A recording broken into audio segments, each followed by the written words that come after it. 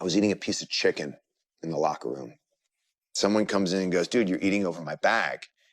And I was like, and his bag was right there. I was like, oh, no, no, no. He goes, dude, you just got stuff all over my bag. I go, oh, I still don't think I got stuff on his bag.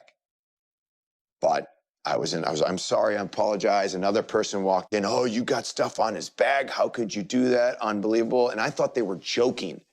It was almost like I was taking the chicken and just throwing it in the locker room and just letting it, smearing it all over the place and all over stuff. Like, that's what I felt like. I was like, and I'm like, I am so sorry. I did not mean to do it. I'm just trying to do the right thing here.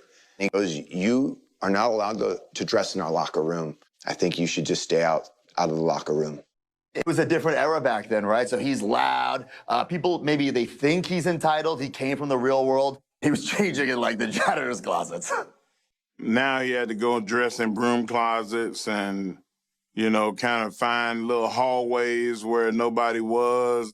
When I had to use the restroom, I had to go out into where the audience would use the restroom and where fans would literally, I'd hear kids go, Dad, I think I just saw Miz go into that stall. Oh, okay, son, wait for him. And I'm sitting there going, oh my God, I'm using the restroom right now, and this kid is waiting for me outside it. And I have to perform, by the way, in 10 minutes.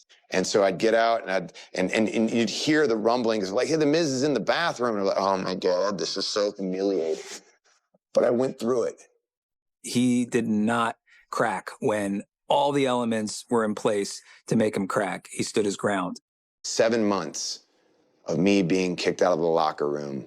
And I had a match against Undertaker. And when I was in that ring with him, I think I impressed him. It's like he's the Godfather. And I went up to Taker, and I was like, I'd really love it if I could change in the locker room.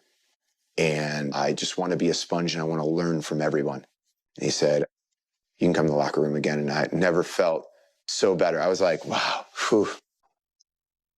Undertaker wasn't the guy that kicked me out of the locker room, but he's the guy you go to ask to be let back in.